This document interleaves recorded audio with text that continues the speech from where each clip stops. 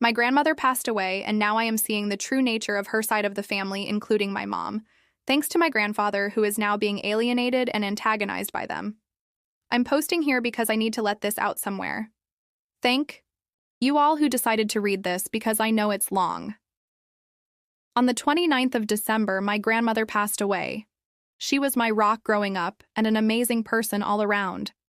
Her death hit me hard, and it felt like a piece of me disappeared when I found out about her passing. Naturally, my mother and her two siblings are also heartbroken. Some background. My grandfather was the stepfather of my mom and her two siblings, aunt and uncle. He and my grandma were married 35 years and had just retired. They moved to a small retirement community to be close to their younger grandkids, my grandfather's bio daughter's children. They had plans to travel as well. Unfortunately, my grandmother's health declined within 2 years.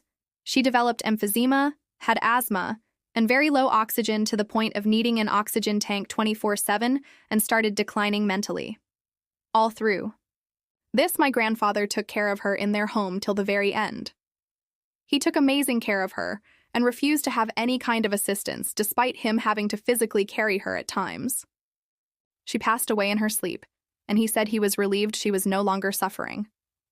My grandfather is a very blunt man and has never been one to sugarcoat. He is also very pragmatic, which rubs some people the wrong way, but he always means well. My grandmother loved him, and he took amazing care of my mom and her siblings. He paid for my mom's college books, no question, when her biological father wouldn't. He called up an attorney friend to bail my aunt out of jail when she was drunk and crashed into a police car, having a suspended license, etc., and helped my uncle countless times when he was struggling with a cocaine addiction. The list goes on. The man was rough around the edges, but never hesitated to help, because in his words, that's just what you do for family. Now on to the conflict. My grandmother was known to have a lot of expensive jewelry. Real gold, diamonds, pearls, Rolex, etc. Sadly, she also had a gambling addiction. This led her to pawn off most of it. The most valuable piece she had left was her wedding ring, which was a real diamond that my grandfather bought for her in Dubai. She spent 4 hours hand-picking the diamond, and it was worth $14,000 in Dubai, $18,000 in the US, and this was back in 1989. After she passed, my mom and aunt were asking my grandfather about the ring. It's important to note 1. My mother would never actually wear a diamond that massive. She isn't a jewelry person and works with horses, so wearing something that big makes no sense. 2. My aunt also does not wear jewelry and never even visited my grandmother much when they lived in the same city. My grandfather refused to give either one of them the ring, and they're both angry with him. They both said that it should stay within the family, as though he isn't part of it at all. Mind you, they have only been bringing up the price of the ring and not once have mentioned wanting it because it was their mother's. My grandfather and mom got into a huge argument over it. When my mom was telling me about this, I at first thought it was odd that they were so fixated on this ring when I have never heard them mention it before. Being the person I am, I thought they would want to wear it, or for the sentimental value.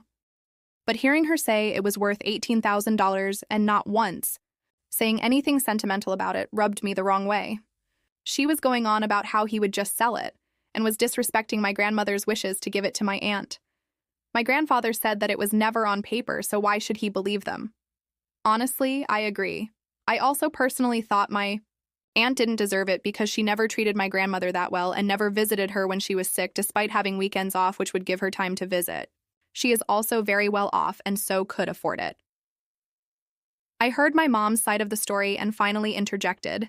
I asked her, does it not occur to you that he wants to keep it because it's the symbol of his marriage to his wife of 35 years, whom he just lost? This isn't just her ring, it was their ring, and you guys are turning it into a blood diamond. She genuinely looked taken aback and said, I guess that could be true. It was crazy to me that my mother never thought of it this way. I thought she was better than that. After this, she let it go and stopped talking about it. I could tell she felt guilty, which put my disgust to rest. That was until I heard my grandfather's side of the story. I went to visit him yesterday to spend time together. Despite him being my mother's stepfather, he has always been my grandfather as far as I was concerned. He was there when I was born, and I never questioned him being my real grandfather. We have always had a good relationship, and he has always spoken to me like an adult. When I got to his house, he was venting about the hell he went through with my grandmother's gambling addiction and how astounded he was at my mom and aunt's behavior the past 2 weeks. He also said that my aunt knew about her addiction for years before he found out himself, and that he could have gotten her help before. She ended up in massive debt. But I wasn't prepared for what he told me about the fight he had with my mom. He said that when she brought up the ring, he immediately shut her down. She proceeded to yell at him and bring up the fact that my grandmother wanted my aunt to have it. When he asked why my grandmother never told him that, my mom said that it was a Cuban custom, my grandma was Cuban, to pass down a mother's wedding ring to their youngest daughter, which would be my aunt. I have literally never heard of this Cuban custom in my life. Even if it were true, my grandfather pointed out that he is Pakistani, and therefore it isn't a part of his customs. When my mom fought back on this, he said that if that were the case and it should apply to all of them, then it would really have to go to his bio daughter, who is younger than my aunt. He said that she was excluding his whole side of the family, as though they didn't grow up with his kids like they were bio siblings, and the fact that my grandmother raised his kids like they were her own. He turned to his daughter, also my aunt, but wording it this way to differentiate, who was there, and asked, "Do you want this ring? It rightfully belongs to you according to your sisters." She said no, she doesn't wear jewelry and wouldn't want to sell it, so it would just be sitting around. He said he knew it was purely for the monetary value of the ring. He pointed out that my mom never even suggested having it for me whenever I decided to get married, which he knew my grandmother would approve of. I told him it wouldn't be fair for him to give up something with so much sentimental meaning behind it. After I said this, he told me I remember every minute of it. We were at the jeweler for 4 hours while she looked at every diamond and tried on the sample rings. I remember every smile, every laugh, and how happy she was while picking it out. I remember how happy I was that I could make her that happy. I nearly started crying because I heard this stoic man get choked up. He truly values the ring for more than just the price, but isn't the type to express it. He said that if he cared so much about the cost and wanted to sell it, he would have done so already. I knew my mom and aunt were frugal, but all of this brought to the surface just how much they valued money above all else. He said he felt bad for me and always told my grandmother so.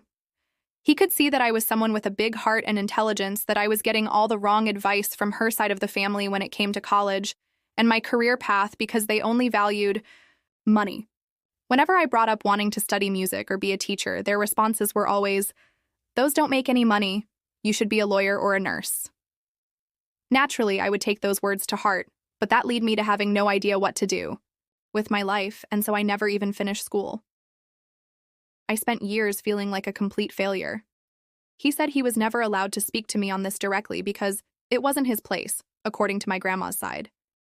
He said my happiness should have been prioritized and that I was a passionate person who would have excelled just doing something I loved, that my sensitive nature was being stifled for the hope of monetary success.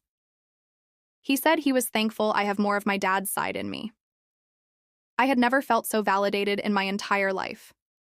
This man truly saw me and in reality knew what was best for me, but was never allowed to speak on it. My heart broke to hear that. Not only was this whole ordeal unfolding, but when it came to writing my grandmother's obituary, my aunt and mother's contempt shined. I had told them we needed an obit for her and for them to write drafts for me to edit. My aunt wrote first and didn't even mention my grandfather or her step-siblings. When my mother wrote her version, she excluded her step-siblings as well. I rewrote the whole thing to include more details about my grandmother and her great qualities, her struggles, and her love for my grandpa and his kids. She even loved his ex-wife, whom she helped through cancer treatment. There was no solid reason for my mom and aunt to be so cold. As for my uncle, he's a lost cause in all of this. He wrote nothing and never even called my grandpa to give his condolences. Sorry for the novel of a post, but I needed to get it out. I'm so saddened to see the true nature of my family. My grandma had flaws, but was still loving and encouraging. My grandfather kept quiet to keep the peace within the family. It's all so fucked, LOL. But hey, at least I know I am not flawed. I just wasn't surrounded by people who shared my same empathy and sensitivity. Hey everyone, I spend so much time finding these stories for you. If you enjoy the content, please hit that subscribe button. It means the world and help this channel going strong. Let's grow together.